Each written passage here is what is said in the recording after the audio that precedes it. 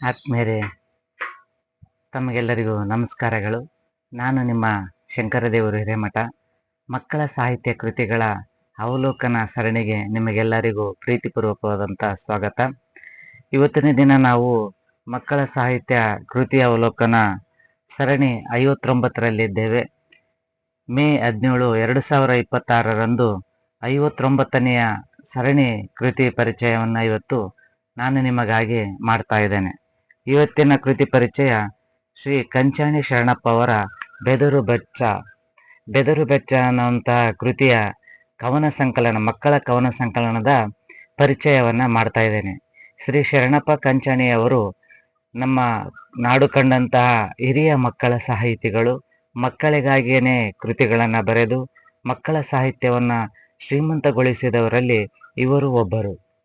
ವಿಜಯಪುರ ಮಕ್ಕಳ ಸಾಹಿತ್ಯದ ತವರೂರು ಅಂತ ನಾವು ಮಕ್ಕಳ ಸಾಹಿತ್ಯದಲ್ಲಿ ಕರಿತೇವೆ. ಏಕೆಂದರೆ ಮಕ್ಕಳ ಸಾಹಿತ್ಯ ಲೋಕಕ್ಕೆ ಅಪಾರವಾದ ಸಾಹಿತ್ಯ ಕೃತಿಗಳನ್ನ ಕೊಡುಗೆಯಾಗಿ ನೀಡುವ ಮೂಲಕ ಮಕ್ಕಳ ಸಾಹಿತ್ಯವನ್ನ ಶ್ರೀಮಂತಗೊಳಿಸಿದಂತಹ ಕೀರ್ತಿ ವಿಜಯಪುರ ಸಾಹಿತಿಗಳಿಗೆ ಸಲ್ಲುತ್ತದೆ. ಆ ನಿಟ್ಟಿನಲ್ಲಿ ಶ್ರೀ ಶರಣಪ್ಪ ಕಂಚಾಣಿ ಅವರು ಮಕ್ಕಳಲ್ಲಿ ಸಾಹಿತ್ಯದ ಅಭಿರುಚಿಯನ್ನು ಮೂಡಿಸುವ ನಿಟ್ಟಿನಲ್ಲಿ ಹಲವಾರು ಸಾಹಿತ್ಯಿಕ ಚಟುವಟಿಕೆಗಳನ್ನ ಶಿಶು ಸಂಗಮೇಶ್ ಅವರು, ಅಮ್ಮ ಪೂಜಾರ್ ಅವರು, ಶರಣಪ್ಪ ಕಂಚಾಣಿ ಅವರು ಜೊತೆಗೂಡಿ ವಿಜಯಪುರ ಜಿಲ್ಲೆಯಲ್ಲಿ ಬಹಳಷ್ಟು ಕೆಲಸಗಳನ್ನ ಮಾಡಿದ್ದಾರೆ. ಆ ಮೂಲಕ ಮಕ್ಕಳ ಸಾಹಿತ್ಯವನ್ನ ಶ್ರೀಮಂತಗೊಳಿಸುವ ನಿಟ್ಟಿನಲ್ಲಿ ಇವರ ಕೆಲಸ ಬಹಳಷ್ಟು ಶ್ಲಾಘನೀಯವಾದದ್ದು. ಅಜ್ಜನ ಹಾಡು ಅನ್ನುವಂಥ ಕೃತಿಗೆ ಕನ್ನಡ ಸಾಹಿತ್ಯ ಪರಿಷತ್ತಿನ ವಸುದೇವ ಭೂಪಾಲಾಮೃತಿ ಪ್ರಶಸ್ತಿಯನ್ನ ಪಡೆದಿದ್ದಾರೆ. ಹಾಗೆ ಧಾರವಾಡದ ಮಕ್ಕಳ ಮನೆಯ ಪ್ರಶಸ್ತಿ ಸಹ ಬಂದಿದೆ. ಜಾಗೃತ ಭಾರತ ಕರ್ನಾಟಕ ಸಾಹಿತ್ಯ ಅಕಾಡೆಮಿಯ ಪುಸ್ತಕ ಬಹುಮಾನ ಬಂದಿದೆ. ಆಯ್ದ 101 ಕವಿತೆಗಳಿಗೆ ಜಗದ್ಗುರು ಧರ್ಮ ಪ್ರಚಾರಕ ಮಂಡಳ 3000 ಮಠ ಹುಬ್ಬಳ್ಳಿಯಿಂದ ಸಾಹಿತ್ಯ ಪುರಸ್ಕಾರ ದೊರೆತಿದೆ. ತೊಟ್ಟಿಲ ಗುಬ್ಬಿ ಬಾಲಿಕೆ ಹಿರೇಮಠ ಸಂಸ್ಥಾನ ಚನ್ನಬಸವ ಪಟ್ಟದಕ್ಷರ ಮಕ್ಕಳ ಸಾಹಿತ್ಯ ಪುರಸ್ಕಾರ ಸಹ ಇವರ ಕೃತಿಗೆ ಬಂದಿದೆ. ಇವರು ಕನ್ನಡ ಕೀರ್ತಿ, ಬಸವ ಪ್ರದೀಪ, ಮಕ್ಕಳ ಮನೆ, ಹುಟ್ಟು ಹಬ್ಬ, ತಮ್ಮನ ಶಾಲೆ, ತೋಟದ ಆಟ, ಗುರುಗುಂಡ, ಗುಡುಗುಡುಗುಂಡ, ಚೆಲುವಿನ ಚಿಟ್ಟೆ, ರಾಜಯೋಗಿ, ಬೀಳೂರು ಅಜ್ಜನವರು, ಗಿಲ್ಗಿಲ್ ಗಿಡ್ಡ, ಪುಟ್ಟಿಯ ತೋಟ, ತಿಪ್ಪನ ಕಥೆಗಳು ಮತ್ತು ಇನ್ನಿತರ ಕಥೆಗಳನ್ನ ಇವರು ಈಗಾಗಲೇ ಮಕ್ಕಳ ಸಾಹಿತ್ಯ ಲೋಕಕ್ಕೆ ಕೊಡುಗೆಯಾಗಿ ನೀಡಿದ್ದಾರೆ. ಶ್ರೀ ಶರಣಪ್ಪ ಕಂಚಾಣಿ ಅವರ ಬೆದರು ಬೆಚ್ಚ ಮಕ್ಕಳ ಕವನ ಸಂಕಲನವನ್ನ ಗ್ರಾಮೀಣ ಪ್ರತಿಭಾ ಪ್ರಕಾಶನ ವಿಜಯಪುರ ಅವರು ಪ್ರಕಟಿಸಿದ್ದಾರೆ.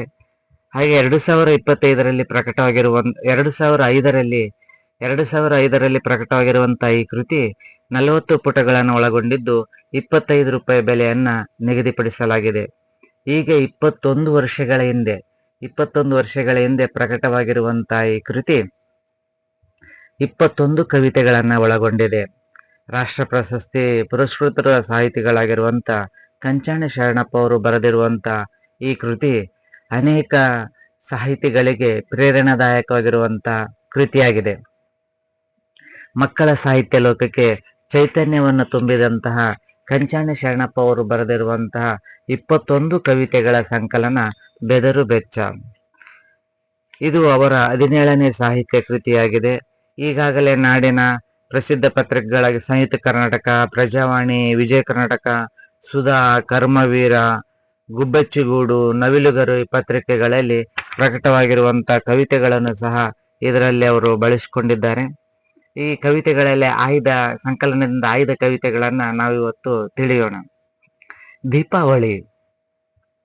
ದೀಪದಿಂದ ದೀಪ ಹೊತ್ತಿ ದೀಪಾವಳಿ ಆಯಿತು, ಕವಿದ ಕತ್ತಲಲ್ಲಿ ಜ್ಯೋತಿ ಜಗದ ಎದೆಯ ಬೆಳಗಿತು, ಪುಟ್ಟ ಹಣತೆಯನ್ನು ದೊಡ್ಡ ಹಣತೆ ಬಂದು ತಬ್ಬಿತು, ಪ್ರೀತಿಯಿಂದ ಮುದ್ದು ಮಖಕ್ಕೆ ಬೆಳಕ ಮುತ್ತ ನಿತ್ತು, ಚಿಕ್ಕ ಪುಟ್ಟ ಹಣತೆಯಿಂದ ಜ್ಯೋತಿ ಚಿಮ್ಮಿ ಹರಡಿತು, ದೀಪ ಸಾಲುಗಟ್ಟಿ ದೀಪಮಾಲೆಯಾಯಿತು, ಮನೆಯ ಮೇಲೆ ಒಳಗೆ ಹೊರಗೆ ದೀಪ ಹೊತ್ತಿಕೊಂಡಿವೆ, ಹರುಷ ಉಕ್ಕಿ ಗುಡಿಯ ಗಟ್ಟಿ ಶಿವನ ಬುಟ್ಟಿ ಏರಿವೆ, ಬಾನಿನಲ್ಲಿ ಮುತ್ತು ಬಿತ್ತಿದಂತೆ ಚಿಕ್ಕೆ ಅಳೆದಿವೆ, ಬೆಳಕು ಬೆಸೆದು ಭಾನುಭುವಿಗೆ ಸೊಗಸು ಸೊರೆಯಾಗಿದೆ, ಬಣ್ಣ ತಳೆದು ಬಾಣ ಬಿರುಸು ಸಿಡಿದು ಕಣ್ಣು ಸೆಳೆದಿವೆ, ಹಬ್ಬ ದುಬ್ಬಿಗಿನಲ್ಲಿ ಪುಟ್ಟ ಚಿನ್ನ ಹೃದಯ ಕುಣಿದಿವೆ, ದೀಪಾವಳಿಯಲ್ಲಿ ಮಕ್ಕಳ ಮನಸ್ಸು ಯಾವ ರೀತಿ ಇರುತ್ತೆ, ಮಕ್ಕಳ ಮನಸ್ಸನ್ನರಿತಂತಹ ಸಾಹಿತಿಗಳು ದೀಪಾವಳಿ ಕುರಿತಾಗಿ ಬರೆದಿರುವಂತ ಒಂದು ಕವಿತೆ. ದೀಪದಿಂದ ದೀಪ ಒತ್ತಿ ದೀಪಾವಳಿ ಆಗಿದೆ. ಕತ್ತಲನ್ನ ಕವಿದಿರುವಂತ ಈ ಲೋಕಕ್ಕೆ ಜ್ಯೋತಿ ಬೆಳಕಾಗಿ ಬಂದು ಕತ್ತಲನ್ನ ಒಡೆದೋಡಿಸಿ ಬೆಳಕು ತನ್ನ ಸಾಮ್ರಾಜ್ಯವನ್ನ ಸ್ಥಾಪಿಸಿದೆ. ಪುಟ್ಟ ಹಣತೆಯನ್ನ ಪುಟ್ಟ ಹಣತೆ ದೊಡ್ಡ ಹಣತೆಯನ್ನ ತಬ್ಬಿ ಬೆಳೆದಿದೆ. ಅಂದರೆ ಮಕ್ಕಳು ದೊಡ್ಡವರ ಜೊತೆ ಮರಕ್ಕೆ ಬಳ್ಳಿ ಹಬ್ಬಿದಂತೆ ಪುಟ್ಟ ಹಣತೆ ದೊಡ್ಡ ಹಣತೆಯನ್ನ ತಬ್ಬಿ ಅದರ ಪ್ರೀತಿಯಿಂದ ಮಾರ್ಗದರ್ಶನದಿಂದ ಬೆಳಕಿನತ್ತ ಜೀವನ ಸಾಗ್ಬೇಕು. ಚಿಕ್ಕ ಪುಟ್ಟ ಹಣತೆಯಿಂದ ಜ್ಯೋತಿ ಚಿಮ್ಮಿ ದೀಪ ಸಾಲುಗಟ್ಟಿ ದೀಪಮಾಲೆಯಾಗಿದೆ.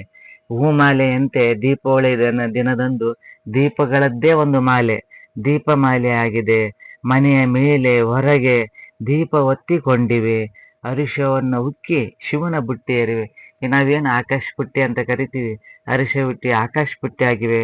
ಆಮೇಲೆ ಬಾನಿನ ತುಂಬ ಪಟಾಕಿಗಳ ಸಂಭ್ರಮ, ಬೆಳಕಿನಿಂದ ಕೂಡಿರುವಂತ ಬಾಣಗಳ ಬಿರುಸು, ಮಕ್ಕಳ ಮನಸ್ಸಿನಲ್ಲಿ ಸಂತೋಷ ಇದೆ. ಅಂದ್ರೆ ದೀಪಾವಳಿ ಒಂದು ಸಂಭ್ರಮದ ಹಬ್ಬ, ಬೆಳಕಿನ ಹಬ್ಬ, ಒಂದು ಅಜ್ಞಾನದ ಅಂಧಕಾರದಿಂದ ಬೆಳಕಿನ ಕಡೆ ಸಾಗುವಂತಹ ಸಾಂಕೇತಿಕವಾಗಿರುವಂತಹ ಹಬ್ಬ ದೀಪಾವಳಿ. ದೀಪಾವಳಿ ಕುರಿತು ಸೊಗಸಾದ ಒಂದು ಕವಿತೆಯನ್ನು ರಚಿಸಿದರೆ, ಹಾಗೆ ಮಕ್ಕಳಿಗೆ ತುಂಬಾ ಪ್ರಿಯವಾಗುವಂತದ್ದು ಚಂದಿರನ ಕುರಿತಾಗಿರುವಂತ ಒಂದು ಕವಿತೆ. ಅಮ್ಮ ಇವನೇ ನಮ್ಮ ಚಂದಿರನು, ಹಾಡೆ ಅಗಳಲ್ಲಿ ಪಾಪ ಎತ್ತ ಹೊರಟಿಹನು, ಗುರುತು ಹತ್ತದು ನನಗೆ ಎಷ್ಟು ಸೊರಗಿರುವ, ಕಳೆಗಟ್ಟ ಮೊಗದಲ್ಲಿ ಬಿಳಿಸಿಕೊಂಡಿರುವ, ಮನೆಯಿಂದ ಚಂದಿರನ ಹೊರಗೆ ಅಟ್ಟಿದರೆ ಅಯ್ಯೋ ಅವನನ್ನು ಬೀದಿ ಪಾಲು ಮಾಡಿದರೆ, ಇಲ್ಲ ಚಿಕ್ಕೆ ಬಳಗ ಎಲ್ಲಿ ಬಿಳಿ ಮೋಡ, ಬೆಳೆದಿಂಗಳ ಸಿರಿಯು ಕರಗಿಹುದು ನೋಡ, ಇದ್ದಾಗ ಬಂಧುಗಳು ಬಂದು ಮುಕ್ಕುವರು, ಬಡತನವು ಬಂದಾಗ ದೂರ ಸರಿಯುವರು, ಪ್ರೀತಿಯಲ್ಲಿ ಈತನನ್ನು ಕಾಣದಲೆ ರವಿಯು, ಮಾತನಾಡದೆ ಹೋದ ಅವಾಗಿಲ್ಲ ದಯವು, ಕರೆದು ತರುವೆನು ನಾನೇ ನಮ್ಮ ಚಂದಿರನ, ಯಾರು ಕೈ ಬಿಟ್ಟರು ಬಿಡೆನು ನಾನು. ಮಕ್ಕಳ ಒಂದು ಮುಗ್ಧ ಮನಸ್ಸು ಯಾವ ರೀತಿ ಇರುತ್ತೆ ಅಂತೇಳಿ, ಚಂದಿರನ ಮುಂಜಾನೆ ಅವಧಿಯಲ್ಲಿ ಬೆಳಗಿನ ಅವಧಿಯಲ್ಲಿ ಚಂದ್ರ ಕಾಣೋದಲ್ಲ, ಆದ್ರೆ ಸ್ವಲ್ಪ ಸಂಜೆ ಹೊತ್ತಿನಲ್ಲಿ ಸಾಯಂಕಾಲ ಹೊತ್ತಿನಲ್ಲಿ ಸ್ವಲ್ಪ ತಿಳಿಯಾಗಿ ಕಾಣ್ತಾನೆ ಚಂದ್ರ. ಅವಾಗ ಮಗು ಕೇಳ್ತಾನ, ನನ್ ಚಂದ್ರ ಎಷ್ಟು ಸೊರಗಿ ಹೋಗ್ಬಿಟ್ಟಾನಲ್ಲಮ್ಮ, ಈತನೇನಾದ್ರು ಮನೆಯಿಂದ ಹೊರಗಾಕ್ಬಿಟ್ಟಾರ, ನಕ್ಷತ್ರಗಳಿಲ್ಲ, ಬೆಳ್ಳಿ ಮೋಡ ಇಲ್ಲ, ಯಾವ ಇಲ್ಲದೆ ಅನಾಥವಾಗಿ ಯಾಕೆ ಅಡ್ಡಾಡ್ತದನ, ಇಂಥ ನಮ್ಮ ಚಂದ್ರ ಎಷ್ಟು ಸೊರಗಿ ಹೋಗ್ಬಿಟ್ಟಾನ. ಅವನಿಗೆ ಇದ್ದಾಗ ಬಂಧುಗಳು ಎಲ್ಲರೂ, ನಮ್ಮ ತಲೆ ಹಣ ಇದ್ದಾಗ, ನಮ್ಮ ತಲೆ ಸಂಪತ್ತಿ ಇದ್ದಾಗ ಎಲ್ಲರೂ ಬಂಧುಗಳು, ನಮ್ಮ ತಲೆ ಏನೂ ಇಲ್ಲ ಅಂದಾಗ ಎಲ್ಲರೂ ಸಹ ಹೋಗ್ಬಿಡ್ತಾರ.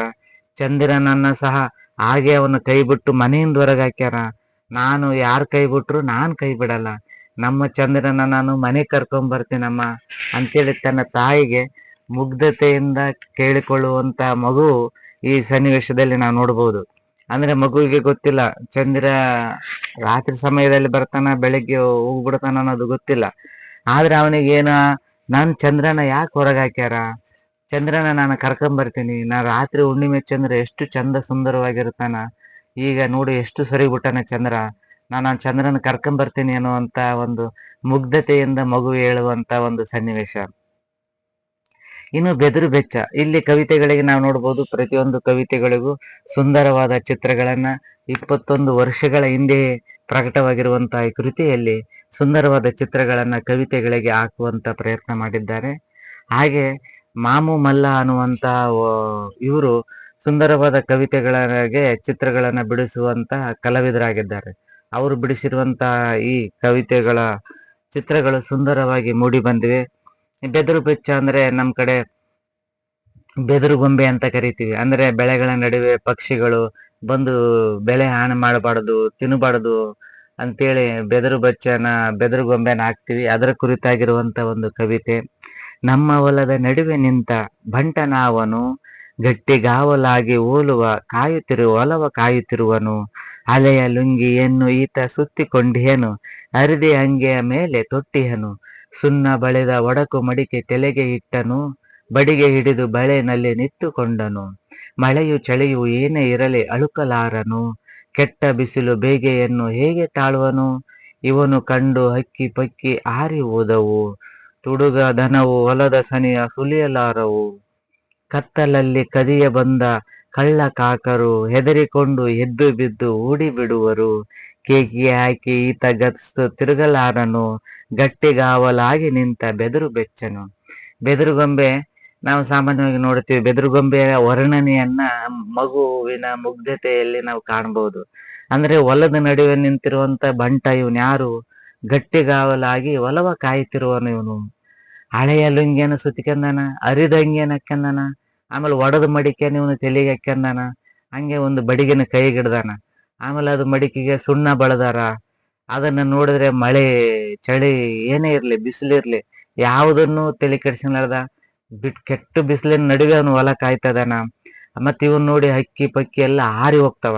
ಆಮೇಲೆ ಯಾವಾರ ದನ ಮೈಬೇಕಂತ ಬಂದ್ರು ಸಹ ಹೊಲ್ದಾಗ ಬರಲ್ಲ. ಇವ್ ನೋಡಿ ಹಂಚ್ಕೊಂಡ್ ಹಂಗೆ ಹೋಗ್ಬಿಡ್ತಾವ. ಆಮೇಲೆ ಕತ್ಲಲ್ಲಿ ಹೊಲವನ್ನ ಕಳುವು ಮಾಡ್ಬೇಕಂತ ಬಂದಂತ ಕಳ್ಳರು ಕತ್ಲಲ್ಲಿ ಇವನ್ನ ನೋಡಿ ಮನುಷ್ಯನೇ ಅನ್ಕೊಂಡು ಓಡಿ ಹೋಗ್ಬಿಡ್ತಾರ.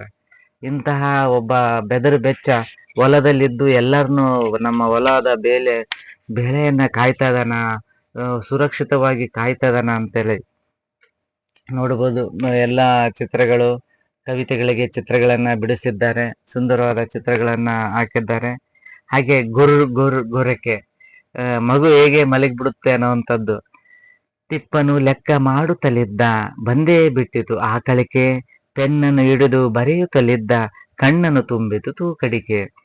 ಪುಸ್ತಕ ತೆರೆದು ಓದಲು ಆಗದು, ಕುಕ್ಕಿತು ತಲೆಯನ್ನು ಬೇಸರಿಕೆ, ಓದು ಬರಹ ಮಾಡಲು ಲೆಕ್ಕ, ಬಂದಿತು ಮನಸ್ಸಿಗೆ ವಾಕರಿಕೆ. ಎಲ್ಲ ಬಿಟ್ಟು ಊಟ ಮಾಡಲು ಡರ್ರನೆ ಬಂದಿತು ಡೇಕರಿಕೆ, ಮಲೆಗೆ ಬಿಟ್ಟನು ಮುಸುಕನು ಹಾಕಿ, ಗುರ್ ನಿದ್ದೆ ಬಲು ಗೊರಕೆ.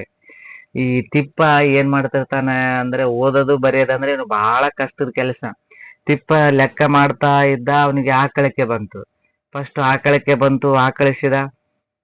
ಆಕಳಿಸಿದ್ರ ಜೊತೆಗೆ ಮತ್ತೆ ಪೆನ್ ಹಿಡ್ಕಂಡ್ ಇನ್ನೇನ್ ಬರೆಯಕತ್ತಿದ್ದ, ಕಣ್ ತುಂಬಾ ತೂಕಡಿಕೆ ಬಂದ್ಬಿಡ್ತು. ಹಂಗೆ ಪುಸ್ತಕ ತರದು ಓದಕ್ ಆಗೋದಿಲ್ಲ ಏನಂತೇಳಿ ಬೇಸರ ಆಗ್ಬಿಡುತ್ತೆ ಅವನಿಗೆ. ಬೇಸರ ಆದ್ಮೇಲೆ ಓದು ಬರಹ ಮಾಡಲು ಲೆಕ್ಕ ಅವನಿಗೆ ಯಾವ ಆಕರಿಕೆ ಬಂದ್ಬಿಡ್ತು. ಏನು ಎಲ್ಲ ಬೇಡ, ಸಾಕು ಸ್ವಲ್ಪ ಊಟ ಮಾಡಮ್ಮ ಅಂತೇಳಿ ಅವನು ಊಟ ಮಾಡಕ್ ಹೋಗ್ತಾನ. ಊಟ ಮಾಡಿಬಿಡ್ತಾನ. ಹೊಟ್ಟೆ ತುಂಬಾ ಉಂಡ್ಗುಟ್ಲೆ ಡೇಕರಿಕೆ ಬರ್ತತೆ.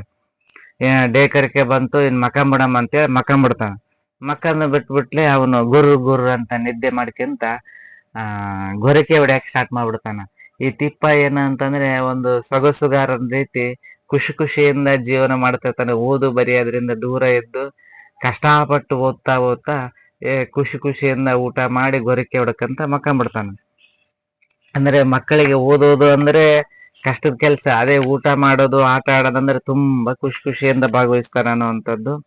ಇನ್ನು ಮೂಡ ಬಂತು ಮೂಡ, ಏನ್ ಚಂದ ನೋಡ, ನಾನಾ ರೂಪ ತಾಳೆ, ಗಾಳಿಯಲ್ಲಿ ತೇಲಿ, ಮೇಲಕ್ಕೇರಿ ಗಗನ ಸೇರಿ, ಸುತ್ತಮುತ್ತ ಹಾರಿ, ಹಾಕುತ್ತಾವ ಪೇರಿ, ಮುತ್ತು ಮುಸುಕು ಹಾಕಿ, ಸೂರ್ಯ ಗಡ್ಡ ಕಟ್ಟಿ, ಜಗಳ ಬಂತು ಕೂಡಿ, ಸಿಟ್ಟು ಸೆಡವು ಮಾಡಿ, ಒಂದಾನೊಂದು ದೂಡಿ, ಗುಡುಗು ಸಿಡಿಲು ನೋಡಿ, ಮತ್ತೆ ಒಂದು ಗೂಡಿ, ಗತ್ತಿನಿಂದ ಹಾಡಿ, ಬೆಟ್ಟ ನೆತ್ತಿಗೆಳೆದು, ಕಾಡು ಮೇಡು ಸುಳಿದು, ಮಿಂಚಿ ಮಾಯವಾಗಿ, ಕರೆಗೆ ಹೋಗ್ತಾವ, ಮಳೆಯ ಸುರಿಸ್ತಾವ, ಸುತ್ತಮುತ್ತ ಸುರಿದು, ನೆಲದ ಮೇಲೆ ಹರಿದು, ಮತ್ತೆ ಮೋಡಿ ಮಾಡಿ, ಮಳೆಯ ಬಿಲ್ಲು ಮೂಡಿ. ಮಳೆ ಬರೋಂಥ ಸಂದರ್ಭದಲ್ಲಿ ಯಾವ ರೀತಿ ಆಗುತ್ತೆ ಅನ್ನೋಂಥದ್ದು. ಮೋಡ ಬರ್ತಾವ, ಮೋಡ ಮೇಲೆ ಕೇರಿ ಹೋಗೋಂಥ ಸಂದರ್ಭದಲ್ಲಿ ಗಗನ ಸೇರಿ, ಸುತ್ತಮುತ್ತ ಹಾರಿ, ಮುತ್ತು ಮುಸುಕಿ, ಸೂರ್ಯನೇ ಅಡ್ಡಗಟ್ಟಿ, ಸೂರ್ಯನೇ ಮರೆ ಮಾಡಿ ಜಗಳ ಆಡ್ತಾವ ಮೋಡಗಳು. ಆಮೇಲೆ ಜಗಳ ಆದ್ಮೇಲೆ ಗುಡುಗು ಸಿಡಿಲು ಬರ್ತವೆ. ಬಂದ ನಂತರ ಬೆಟ್ಟನ್ನ ಸೀಳಿಕೊಂಡು ಮಳೆ ಬರ್ತತೆ. ಮಳೆ ಬಂದಾಗ ಸುತ್ತ ಮುರಿದ ಹರಿದಂತ ಮಳೆ ನೆಲದ ಮೇಲೇನು ಬರ್ತತೆ. ಬಣ್ಣಗಳನ್ನ ಕೂಡಿ ಕಾಮನ ಬಿಲ್ಲನ್ನ ಸೃಷ್ಟಿಸ್ತದೆ. ಅವಾಗ ಇಡೀ ಇಳೆಯೆಲ್ಲ, ಭೂಮಿ ಎಲ್ಲ ತಂಪಾಗಿ ಸುಂದರವಾಗಿ ಕಾಣ್ತತೆ ಅಂತ ಹೇಳುವಂತ ಸಂದರ್ಭ. ಇನ್ನು ಬಡಿವಾರ ಅನ್ನುವಂತ ಒಂದು ಕವಿತೆಯಲ್ಲಿ ಮಕ್ಕಳಿಗೆ ಯಾವ್ದಾರ ಒಂದು ವಸ್ತುಗಳು ಸಿಕ್ಕಾಗ, ಯಾರ ಹತ್ತಿರ ಇಲ್ಲದ ವಸ್ತುಗಳು ನನ್ನ ಹತ್ತಿರ ಇದಾವೆ ಅಂತೇಳಿ ಮಗು ಯಾವ ರೀತಿ ಜಂಬದವನ್ನ ಕೊಚ್ಕಂತ, ಯಾವ ರೀತಿ ಜಂಬ ಕೊಚ್ಕಂತಾನ ಅನ್ನುವಂತ ಒಂದು ಸನ್ನಿವೇಶ. ಕೊಂಡನು ತಿಪ್ಪನು ಗಡಿಯಾರ, ಮಾಡುತ್ತಲೆದ್ದನು ಬಡಿವಾರ, ಬೀಸುತ್ತ ಕೈಯನ್ನು ಬರಬರ, ನಡೆದೇ ಬಿಟ್ಟನು ಸರಸರ. ಲಕಲಕ ಗಡಿಯಾರ ಒಳೆದಿತ್ತು, ತಿಪ್ಪನ ಕಣ್ಣನು ಸೆಳೆದಿತ್ತು, ಗರ್ವವು ನೆತ್ತಿಗೆ ಏರಿತ್ತು, ಮಾಡುತ್ತ ನಡೆದನು ಗಮ್ಮತ್ತು. ಮನದಲ್ಲಿ ಹಿರಿ ಹಿರಿ ಹಿಗ್ಗಿದ, ಹರುಷದಿ ತಕ ತಕ ಕುಣಿದಿದ್ದ. ನಾನೇ ಮೇಲು ಎಂದಿದ್ದ, ಎದೆಯನ್ನು ಉಬ್ಬಿಸಿ ನಡೆದಿದ್ದ. ನೆಲವನ್ನು ನೋಡದೆ ಹೊರಟಿದ್ದ, ಕಾಣದೆ ಕಲ್ಲಿಗೆ ಎಡೆಬಿದ್ದ. ದೊಪ್ಪನೆ ಭೂಮಿಗೆ ಬಿದ್ದಿದ್ದ, ಅಯ್ಯೋ ಎಂದು ಚೀರಿದ್ದ. ಒಡೆದೇ ಹೋಯಿತು ಗಡಿಯಾರ, ಮಣ್ಣು ಮುಕ್ಕಿತು ಬಡಿಯಾರ. ಈಗ ಯಾವುದೇ ಒಂದು ವಸ್ತು ಬೇರೆ ಹತ್ರ ಇಲ್ಲ, ನಾನೇ ಫಸ್ಟ್ ತಗಂದ ಅಂದಾಗ ಮಕ್ಕಳು ಯಾವ ರೀತಿ ಬಡಿವಾರ ಮಾಡ್ತಾರೆ ಅಂದ್ರೆ, ಒಂದು ಸಹಜವಾಗಿ ಮಕ್ಕಳು ಮಾಡುವಂತ ಒಂದು ಬಡಿವಾರನ ಕುರಿತು ಮಾಡಿರೋದು. ಅಂದರೆ ಜಿ ಪಿ ರಾಜರತ್ನ ಅವರ ಕಾಸಿಗೆ ಕೊಂಡನು ಕಸ್ತೂರಿ ಅನ್ನುವಂತ ಒಂದು ಕವಿತೆ ಇದೆ. ಅದೇ ರೀತಿ ಇದು ಮತ್ತೊಂದು ಕವಿತೆ ಬಡಿವಾರ. ಅಲ್ಲಿ ಅವನು ಕಸ್ತೂರಿ ಪಿಪಿಯನ್ನು ತಗೊಂಡು ಎಷ್ಟು ಜಂಬದಿಂದ ನಡೀತಾನ, ಅದೇ ರೀತಿ ಇಲ್ಲಿ ಬಡಿವಾರ ಮಾಡಿಕ್ಕಿಂತ ತಿಪ್ಪ ನಡೀತಿರ್ತಾನ. ಅವನು ಒಂದು ಗಡಿಯಾರ ತಗೊಂಡ್ಬಿಟ್ಟಿರ್ತಾನ, ವಾಚ್ ತಗೊಂಡಿರ್ತಾನ, ವಾಚಿನ ಕೈಗೆ ಹಾಕ್ಯಂದು ಬಿಂಕದಿಂದ ಹೋಗ್ತಿರ್ತಾನೆ. ಇಲ್ಲಿ ಸೊಗಸಾದ ಚಿತ್ರಗಳನ್ನ ನೋಡ್ಬೋದು. ಸೊಗಸಾದ ಚಿತ್ರದಲ್ಲಿ ಅವನು ಗಡಿಯಾರನ ಕೊಂಡುಕೊಂಡು ಬಿಂಕದಿಂದ ಬಡಿವಾರದಿಂದ ಗಮ್ಮತ್ತಾಗಿ ಯಾರ ತಲೆನೂ ಇಲ್ಲ ಅಂತೇಳಿ ಅವನಿಗೊಂದು ಗರ್ವ ಬಂದ್ಬಿಟ್ಟಿರುತ್ತೆ. ಸರಸರ ನಡ್ಕಂತ ಗಡಿಯಾರ ಬಿಸಿಲಿಗೆ ಬಿದ್ದಾಗ ಅದು ಹೊಳಿತಾ ಇರ್ತತೆ. ಒಳೆ ಗಡಿಯಾರನ ತೋರಿಸ್ಕೊಂತ, ಹೊಳಿತಿರುವಂತ ಗಡಿಯಾರನ ತೋರಿಸ್ಕೊಂತ ಬೀದಿಯಲ್ಲಿ ಹೋಗ್ತಾ ಇರ್ತಾನ. ಮತ್ತೆ ತಕ ಕುಡಿತಾ ಇರ್ತಾನ, ಹಿರಿ ಹಿಗ್ತಾ ಇರ್ತಾನ. ಆಮೇಲೆ ನಾನೇ ಮೇಲು ಅಂತೇಳಿ ಎದಿ ಉಬ್ಬಿಸ್ಕೊಂತ ಅಡ್ಡಾಡ್ತಿರ್ತಾನ. ನೆಲವನ್ನೇ ನೋಡದ ಗಡಿಯಾರನ ಕೈ ಮೇಲೆ ಮಾಡ್ಕೊಂತ ತೋರಿಸ್ಕೊಂತ ಹೋಗ್ತಾ ಇರ್ತಾನ. ಹೋಗುವಂತ ಅವಸರದಲ್ಲಿ ಅವನು ಕಲ್ಲಿಗೆ ಎಡವಿ, ಕಾಲಿಗೆ ಕಲ್ಲು ಅಡ್ಡ ಬಂದು ಎಡವಿ ಬಿದ್ದು ಬಿಡ್ತಾನ. ಆ ಗಡಿಯಾರನ ಸಹ ಒಂದು ಕಲ್ಲಿಗೆ ಬಡ್ದು ಅದು ಒಡೆದೋಗ್ಬಿಡುತ್ತೆ. ಒಡೆದೋದಾಗ ಅವನು ಬೇಜಾರಾಗಿ ಅಳ್ತಾನ. ಯಾಕಂದ್ರೆ ಬಡಿವಾರ ಅವಾಗ ಮಣ್ಣು ಮುಕ್ಕಿ ಬಿಡುತ್ತ. ಏಕೆಂದ್ರೆ ಬಡಿಯಾರ ಮಣ್ಣು ಮುಕ್ಕುತ್ತಾನೋ ಅಂತದ್ದು ನಾವು ಯಾವುದೇ ಒಂದು ಸಂದರ್ಭದಲ್ಲಿ ಸಹ ನಾವು ಬಹಳ ತೋರಿಕೆಗಾಗಿ ಅಹಂಕಾರ ಪಡೋದಾಗ್ಲಿ ಮಾಡಬಾರ್ದು. ನಾವು ಯಾವಾಗ್ಲೂ ಸರಳವಾಗಿರ್ಬೇಕನ್ನುವಂತ ಒಂದು ನೀತಿಯನ್ನು ಹೇಳುವಂತ ಕವಿತೆ ಕೈತುತ್ತು ಅನ್ನುವಂಥದ್ದು. ಕೈತುತ್ತು ಬೇಕಪ್ಪ ಕೈತುತ್ತು, ಅಮ್ಮನ ನೀಡುವ ಕೈತುತ್ತು. ತುತ್ತು ತುತ್ತಿಗೂ ರುಚಿ ಕಟ್ಟು, ತಿಂದರೆ ಬರುವುದು ತಾಕತ್ತು. ಅಮ್ಮನ ಮಮತೆಯ ಕೈತುತ್ತು, ಎಲ್ಲರೂ ಬಯಸುವ ಕೈತುತ್ತು. ಬಿಸಿ ಬಿಸಿ ಅನ್ನ, ಕೆನಿ ಕೆನಿ ಮೊಸರು, ಹದ ಮಾಡಿ ಕಳಿಸಿದ ಕೈತುತ್ತು. ಜೀರಿಗೆ ಉಪ್ಪು, ಸಾಂಬಾರ್ ಸೊಪ್ಪು, ಘಮ ಘಮ ಎನ್ನುವ ಕೈತುತ್ತು. ಸವಿ ಸವಿಯಾದ ಕೈತುತ್ತು, ಚಪ್ಪರಿಸಿ ತಿಂದರೆ ಇನ್ನಷ್ಟು. ರುಚಿ ರುಚಿಯಾದ ಕೈತುತ್ತು, ಬಡಿಯದು ಯಾರಿಗೂ ತಲೆಚಿಟ್ಟು. ಅಮ್ಮನು ನೀಡುವ ಕೈತುತ್ತು, ಅದರೊಳಗಿರೋದು ಗಮ್ಮತ್ತು. ನಾವು ಅಮ್ಮನ ಕೈತುತ್ತು ರುಚಿಯನ್ನ ನಾವು ನೋಡಿ ಎಲ್ಲರೂ ಸಹ ಸವಿದಿರ್ತೀವಿ. ಅಮ್ಮನ ಕೈತುತ್ತಿಗೆ ಯಾವುದೇ ಸಮಯ ಇರೋದಿಲ್ಲ. ನಾವೆಷ್ಟೇ ಬೆಲೆ ಕೊಟ್ಟು ದುಬಾರಿ ಹೋಟ್ನಲ್ಲಿ ಹೋಗಿ ಊಟವನ್ನು ಮಾಡಿದರೂ ಸಹ ಅಮ್ಮನ ಕೈತುತ್ತಿಗೆ ಅದು ಸಮನಿರೋದಿಲ್ಲ. ಹಾಗಾಗಿ ಅಮ್ಮನ ಕೈತುತ್ತು ತುತ್ತು ತುತ್ತಿಗೂ ಸಹ ರುಚಿ ಹೆಚ್ಚಕ್ಕಂತಾನೆ ಹೋಗುತ್ತೆ. ಆಮೇಲೆ ಅದ್ರ ತಿಂದರೆ ನಮಗೆ ತಾಕತ್ತು ಬರುತ್ತೆ.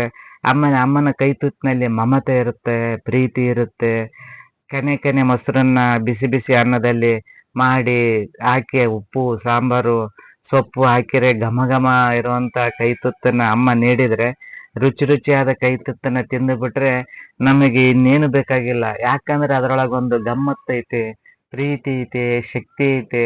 ಹಾಗಾಗಿ ಅಮ್ಮನ ಕೈತುತ್ತನ್ನ ನಾವೆಲ್ಲರೂ ತಿನ್ಬೇಕು ಅನ್ನುವಂತ ಕವಿ ಹೇಳೋದರೊಂದಿಗೆ ಅಮ್ಮನ ಮಹಾತ್ಮೆ ಹಾಗೂ ಅಮ್ಮನ ಕೈತುತ್ತು, ಅಮ್ಮನ ಪ್ರೀತಿ ಹಾಗೂ ಮಮತೆಯನ್ನ ಈ ಕವಿತೆಯಲ್ಲಿ ಹೇಳುವಂತ ಪ್ರಯತ್ನವನ್ನು ಕವಿಗಳು ಮಾಡಿದ್ದಾರೆ. ಹಿರಿಯ ಸಾಹಿತಿಗಳಾಗಿರುವಂತ ಕಂಚಾಣಿ ಶರಣಪ್ಪ ಅವರು ಬರೆದಿರುವಂತ ಬೆದರು ಬೆಚ್ಚ ಅನ್ನುವಂತ ಈ ಕವಿತಾ ಸಂಕಲನ 21 ವರ್ಷಗಳ ಹಿಂದೆ ಬಂದಿದ್ದರೂ ಸಹ ಈಗಲೂ ಸಹ ಪ್ರಸ್ತುತವಾಗಿರುವಂತ ಒಂದು ಕವಿತೆಗಳನ್ನ ಈ ಕೃತಿ ಒಳಗೊಂಡಿದೆ. ಆದ್ಮೇಲೆ ನೀವೆಲ್ಲರೂ ಸಹ ಮಕ್ಕಳ ಸಾಹಿತ್ಯ ಕೃತಿಗಳನ್ನು ಕೊಂಡು ಓದುವ ಮೂಲಕ ಮಕ್ಕಳ ಸಾಹಿತ್ಯವನ್ನ ಸಮೃದ್ಧಗೊಳಿಸಬೇಕು. ಅದೇ ರೀತಿಯಾಗಿ ಮಕ್ಕಳ ಸಾಹಿತ್ಯ ಕೃತಿಗಳನ್ನ ವಿಶೇಷ ಸಂದರ್ಭದಲ್ಲಿ ಮಕ್ಕಳಿಗೆ ಬಹುಮಾನವಾಗಿ ನೀಡುವ ಮೂಲಕ ಅವರಲ್ಲಿ ಸಾಹಿತ್ಯದ ಓದುವ ಅಭಿರುಚಿಯನ್ನ ಬೆಳೆಸಬೇಕು ಅಂತ ತಮ್ಮಲ್ಲಿ ವಿನಂತಿಸ್ತಾ, 59ನೇ ಸಾಹಿತ್ಯ ಕೃತಿಯ ಪರಿಚಯದೊಂದಿಗೆ ಇಂದಿನ ಪುಸ್ತಕ ಅವಲೋಕನವನ್ನ ಮುಗಿಸ್ತಾ ಇದ್ದೇನೆ. ನಾಳೆ ದಿನ ಮತ್ತೊಂದು ಸಾಹಿತ್ಯ ಕೃತಿಯೊಂದಿಗೆ ನಿಮ್ಮ ಮುಂದೆ ಹಾಜರಾಗ್ತೇನೆ. ಧನ್ಯವಾದಗಳು.